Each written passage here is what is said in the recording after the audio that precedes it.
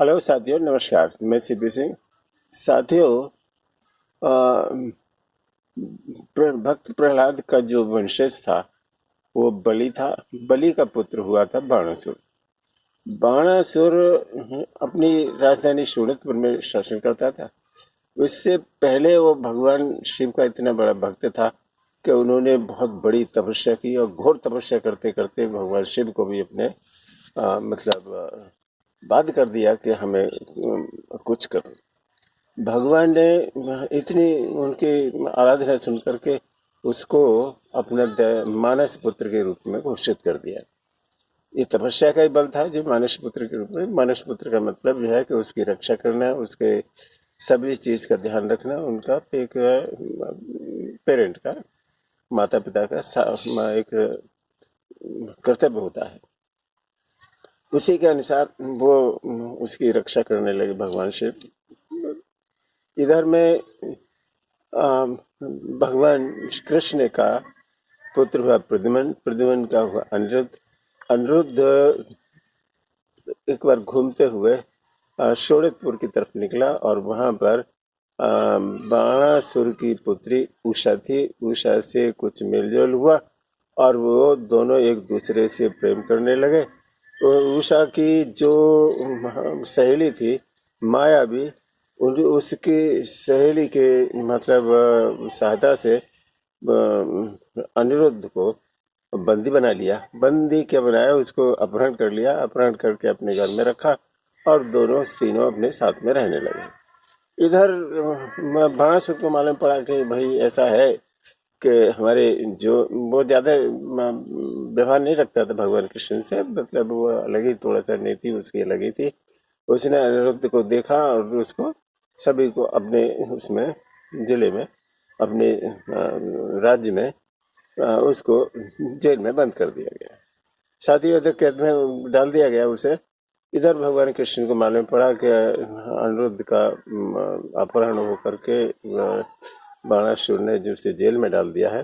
तो वो सभी साथ में लेकर के जो अच्छे अच्छे महारथी कृष्ण के भगवान के जमाने में जो कुल में पैदा हो गए थे, सात्विक, बलराम और प्रद्युम्न इत्यादि इत्यादि, जो कुछ भी शक्तिशाली थे उनके वंशज, भगवान कृष्ण को लेकर के शोणितपुर में प्रवेश कर दिया। अब ये धीरे धीरे जब उनको मालूम हुआ कि भगवान कृष्ण भी अपनी सेना और ये कुछ लेकर के आए हैं, तो इधर बाणासुर भी कम नहीं था। वो भी सॉरी, वो भी अपने सैनिकों के साथ में भगवान कृष्ण के सामने आ गया। अब दोनों लड़ाई की प्रवृत्ति पैदा हो गई और दोनों में लगभग युद्ध जैसा मौसम क्रिएट हो गया। अब लड़ाई होने लगी। चारों तरफ से देखने, दोनों तरफ से अपना अग्नि वर्षा और ये तमाम अस्त्र शस्त्र और ये सब चलने लगे। अब अंत में जाकर के बहुत युद्ध हुआ, बहुत घोर युद्ध हुआ, घोर। भगवान शिव को भी उसकी रक्षा करने के लिए आना पड़ा। तो भगवान शिव भी एक बार थोड़ा सा परेशान भी हो गए थे और वो उनकी जब ये मालूम पड़ा कि कृष्ण भगवान अब उसको मारने वाले हैं, तो भगवान कृष्ण ने अपने शक्ति का प्रहार करते हुए, और इधर में जो उधर जब शक्ति का यूज करने वाले थे, तभी वहां पे नारद जी पहुंचे और महादुर्गा के लिए उन्होंने आह्वान किया। और माँ दुर्गे ने, महाशक्ति जो लक्ष्मी दुर्गा थी, उन्होंने अपने सबको, दोनों को समझाया और समझा करके बताया कि कौन किसको मार देगा। ये तो सवाल ही पैदा नहीं उठता, लेकिन आप लोग सृष्टि का विनाश जरूर कर दोगे। इसी बात दोनों की समझ में आई, उन्होंने लड़ाई बंद कर दी। भगवान कृष्ण ने कहा कि मैंने पहले अपने वचन दे रखा है कि मैं अब प्रहलाद के वंशज को कभी भी अपने आप नहीं मारूंगा। तो इधर बाणासुर इस बात से सुनकर के बड़ा लज्जित हुआ और उन्होंने उषा के साथ में अनिरुद्ध की शादी कर दी है। सबको विदा करके भगवान अपने द्वारकापुरी ले गए।